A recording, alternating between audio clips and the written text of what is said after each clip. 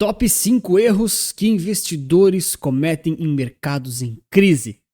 Ou então mercados voláteis. Tá? Pegar aqui um artigo da Morgan Stanley bem recente agora, abril de 2025, que comenta aqui algumas coisas que vários investidores cometem de erros nesses mercados mais voláteis e mais de risco, tá certo? E o primeiro erro aqui de cara, que não dá para não falar, que é o mais óbvio de todos e que precisa ser dito, é o clássico erro de vender no pânico, they panic sell. Vender no pânico é muito complicado, porque pode ser que de fato caia mais, porém pode ser que fique parado, que suba, e que você na realidade esteja tomando uma decisão baseada em emoções, no caso o pânico, o medo são emoções, e elas estão dirigindo as suas ações, dirigindo as suas atitudes. E isso pode te deixar numa situação muito ruim. E geralmente no longo prazo isso te deixa com rentabilidades piores. O clássico exemplo é o de agora, né? Quem vende, por exemplo, S&P depois de uma queda aqui de 20%, muito provavelmente está vendendo no pânico. Por quê? Porque se você tem uma estratégia de ativos, carteira e diversificação, quando um ativo cai, muito provavelmente você deveria comprar para rebalancear a carteira. Nesse caso, a pessoa, o investidor, está vendendo, ou seja, está fazendo uma coisa diferente da estratégia. Talvez está em pânico. Não, Anthony, mas a estratégia mudou. Cara, aí se ela mudou são outros 500. Mas geralmente a estratégia não muda quando o mercado cai 20%. Ela deveria ter mudado aqui em cima já, né? Olha, e comenta para mim aqui embaixo que eu quero saber qual o erro que você mais vê os investidores cometendo por aí em mercados de crise ou voláteis. Segundo erro aqui que o pessoal comete é que eles vão para o cash, ou seja, para renda fixa, e aí ficam lá. Aqui o pessoal da Morgan Stanley ainda comenta que esse é o erro que piora ainda mais os estragos de vender no pânico. Por quê? Porque você vende no pânico e aí aquele dinheiro que você ainda tem, porque você não perde, geralmente se a pessoa não perde tudo, ela talvez tenha um pequeno prejuízo ou ela até tem lucros, mas ela fica com dinheiro, né? E aí ela deixa esse dinheiro em renda fixa, tá? Aqui tem um pouco mais o cenário americano, que a renda fixa ela rende muito mal. É diferente da gente aqui do Brasil, mas o conceito é muito importante. Por quê? Você vendeu no pânico, ou se você vendeu mesmo que não seja no pânico, mas você investe em renda fixa e fica apenas lá. Ou seja, você não diversifica em outras classes, nem que seja um pouquinho. E você ficar aqui em cash, em renda fixa, teoricamente é um sinal de pessimismo do mercado. Você tem um pessimismo em relação ao mercado, é uma sinalização sua, tá? Mas o que quer dizer na teoria mais ideal, vamos dizer assim, né? Que é você tá em renda fixa esperando o mercado cair, por exemplo, ou melhor ainda, né? Como eles comentam aqui, fazendo aqui justamente o DCA, né? Então aqui ó, tem o Dollar Cost Averaging, é um método aí conhecido para você sempre ter renda fixa, mas sempre ir comprando renda variável, né? Para você justamente estar exposto a essas classes de ativos. Quando a renda variável cai, você através aí do DCA vai comprando de forma fracionada e equilibrada para sempre estar exposto a mais de uma classe de ativos. E muitas vezes os investidores entram em pânico, compram tudo em renda fixa, que eles falam cash, né? Que é quase como dinheiro físico, né? E simplesmente ficam lá, eles não voltam para a renda variável e muitas vezes perdem o repique e a retomada do mercado mesmo, né? Crises vêm, crises vão, ok? Elas às vezes levam mais tempo, elas às vezes caem muito mais do que o primeiro drawdown, tudo bem? Mas no médio e longo prazo a tendência é os mercados continuarem subindo. E quem fica na renda fixa e não pega nada de renda variável, dentro do seu perfil de risco, claro, fica de fora disso tudo. Olha, se você gosta desse tipo de conteúdo, já deixa o like e se inscreve no canal para sinalizar para mim e também para o YouTube que esse conteúdo é bom. O terceiro erro, ele é mais ou menos aquilo que eu comentei em vários vídeos recentes sobre a ganância em tempos de pânico. É um pouco, tem uma certa aversão e um certo conflito, mas a ganância ela também surge em momentos de pânico. Porque no pânico e na volatilidade, né, no pânico do mercado, mas talvez na sua ganância, muitas pessoas e investidores, eles tentam fazer aquela clássica, né? Olha só, try to catch a falling knife, né? Tentar pegar a faca caindo. E aqui a gente tem o clássico S&P, né?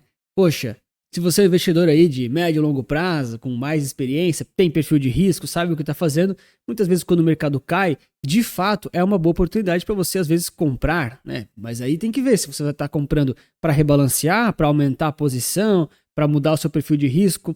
Só que você não pode querer tentar a cada queda comprar sempre, porque a faca está caindo ainda e ninguém sabe até onde ela pode cair. Ela pode continuar indo para baixo, ela pode ficar por meses aqui nessa região toda. Então você não pode muitas vezes falar assim, cara, é até aqui.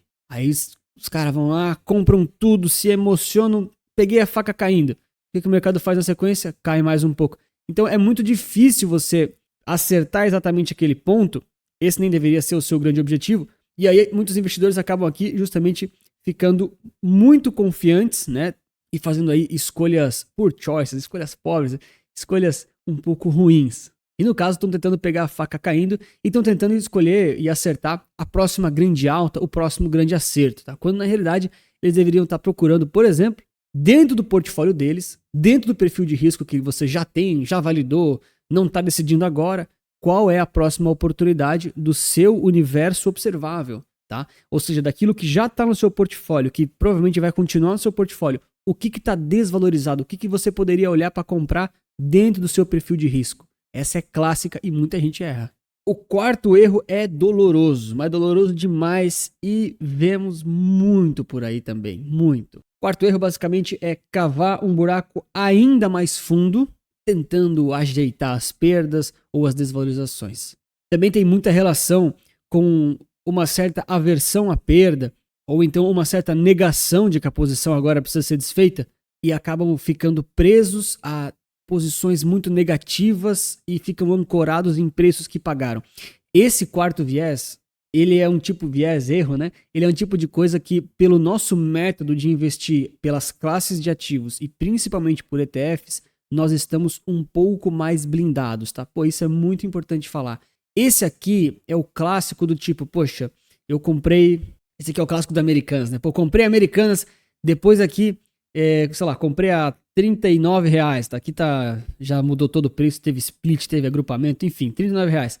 Ah, o mercado subiu, né? Varejo, não sei o que. Cara, daqui a pouco ela despencou, lá de R$40, por exemplo, despencou pra R$10, R$13. E aí você fica naquela, pô, cara, paguei 40 pira nesse negócio, sabe? Pô, vai voltar, vai subir.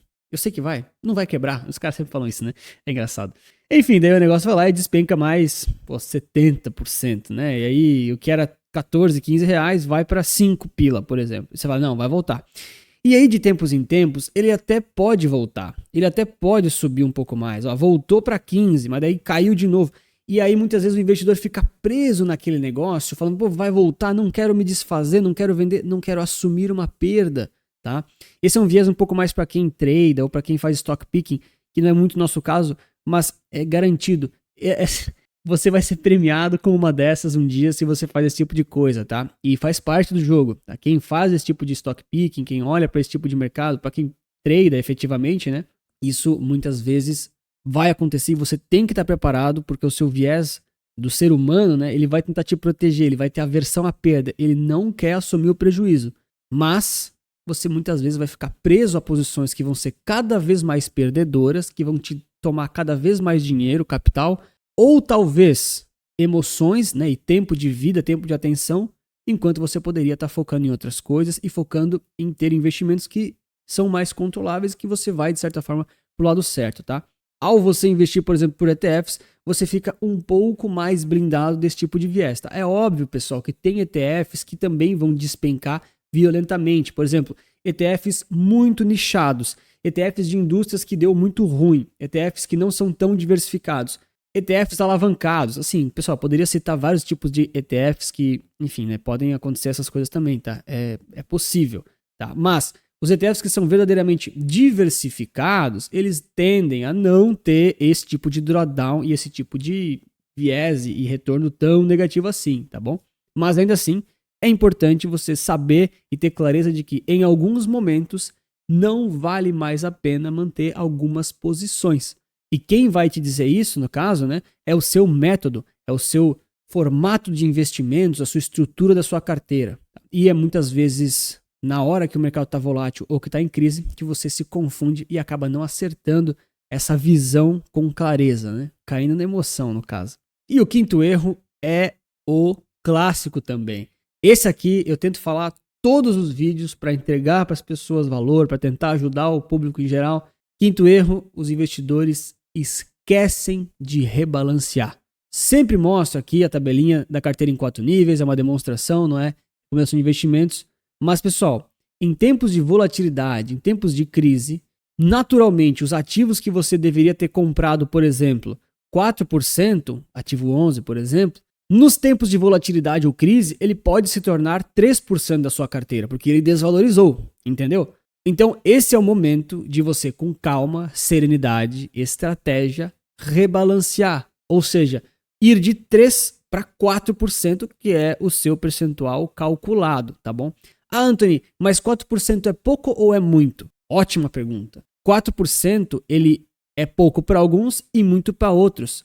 4% talvez seja o ideal para o seu perfil de risco. É isso que o investidor precisa saber fazer. Então, entender se 4% de SP500, por exemplo, é muito ou pouco para ele. Como é que a gente sabe disso? Como é que a gente faz isso? Cara, é complexo, tem um monte de métodos, mas uma das perguntas que eu sempre faço para os investidores é, poxa, pensando em tempos de crise, né? Quando você pega aqui a sua carteira de renda variável, a sua carteira de renda variável é o conjunto de renda variável nacional e internacional, né? Que aqui, por exemplo, é 50%. Se você tiver um drawdown de 50% nas suas posições de renda variável, isso vai te machucar ou vai te assustar? Aí a gente vai olhar uma possibilidade aqui, né? Por exemplo, 50% da carteira é renda variável. Se esse 50% cair 50%, você vai ter um drawdown no seu patrimônio próximo de 25%. Próximo, depende da renda fixa, depende dos outros componentes todos, né, pessoal? Mas isso aqui é um teste de estresse do extremo. Você tem que testar os extremos, tá? E aí a pessoa tem que falar, poxa, cara, realmente, se eu perder 25% do meu patrimônio, tiver um drawdown, né? Não é que perdeu, né? Teve um drawdown ali do mercado, né? Isso pode me tirar o sono, isso pode me assustar. Isso pode comprometer as minhas reservas e reserva de emergência e reserva de outros projetos que eu vou precisar resgatar para comprar uma casa, para casar, para viajar. Então, talvez 50% dessas rendas variáveis combinadas seja muito, tenha que ser menos. E aí sim que você vai encontrando os percentuais ideais de cada ativo na sua carteira pelo seu objetivo e pelo seu perfil de risco. Então, o ponto desse vídeo não é nem como é que eu chego no percentual ideal. Isso aí, cara, tem que fazer uma faculdade à parte às vezes. Mas o ponto é que as pessoas muitas vezes não têm essa clareza toda e na hora que o mercado despenca, que os ativos viram, que eram para ser 4, por exemplo, que eles viram 3 ou 2, o cara vai lá e ele se esquece de rebalancear. Por quê? Porque ele ficou emocionado, porque ele está só olhando, ele não está comprando um pouquinho quando o mercado disse que ele deveria comprar. Quando é que o mercado diz que você deveria comprar? Quando o percentual está abaixo do seu percentual escolhido, entende? É um conjunto de coisas. Tá? Mesma coisa quando o mercado sobe, tá? Esses 4% aqui vão virar 5%. Essa é a hora de você vender ou não comprar novamente pelos seus aportes. Daí depende do método, depende aí do seu perfil, mas basicamente essa é a ideia geral, tá? E se você não sabe fazer uma carteira como essa ou deseja conhecer um pouco mais das carteiras recomendadas que eu ofereço para os clientes, tem um link aqui embaixo na descrição com as carteiras recomendadas tanto para crescimento de patrimônio quanto para renda passiva. Tudo produtos comprados na B3, não precisa tirar o dinheiro do Brasil. Alguns, se você quiser, você até pode comprar lá fora, mas estão todos disponíveis na B3, com grande foco em ETFs e investimentos extremamente diversificados. Vou deixar aqui então um bônus ainda, como sexto erro, que muitos investidores cometem agora nesses períodos de crise e volatilidade. Eu diria que é um erro mais de viés, né? De tentar estar certo e de tentar acertar o que o mercado vai fazer na sequência. Então as pessoas ficam fixas em ideias e teorias e estratégias sem racionalizar efetivamente o que elas deveriam estar fazendo. Quando o mercado se torna volátil e arriscado, com quedas e tudo mais tal, é o momento que você não deveria pensar na estratégia. É o momento que você deveria executar. O próprio Ray Dalio fala muito isso, né? Momentos de emoção são momentos bons para você refletir, mas não para você criar estratégias. Estratégias você tem que estar com a cabeça fria, você tem que ter planejamento, testes. No momento que as coisas aparecem, que o mercado fica volátil, que ele explode, é o momento de você executar, não de pensar. Porque se você pensar, ou você vai estar perdendo tempo, ou você vai estar caindo em possíveis vieses. E é aí que muita gente se enrola aí, né? Tentando acertar o que o mercado vai fazer na sequência. E você não vai acertar, ninguém vai. Ah, Antônio, eu acertei uma vez. Cara, ninguém vai conseguir acertar todas as vezes dos próximos 30 anos. Você não vai conseguir prever o que ele vai fazer no dia seguinte. É impossível fazer isso. Mesmo que você consiga, talvez esse não seja o ponto da vida, né? Então é importante você saber o que você vai fazer e não o que o mercado vai fazer na seguida. Vou deixar recomendado então aqui um vídeo sobre 5 mitos de ETFs que muita gente fala e que muitas vezes não é verdade, mas acaba confundindo diversos investidores que não se expõem a ativos através desses investimentos maravilhosos que são os ETFs, baratos, diversificados e muito inteligentes. Muito obrigado pela sua inscrição e seu like e lembre-se que investir certo resulta capital.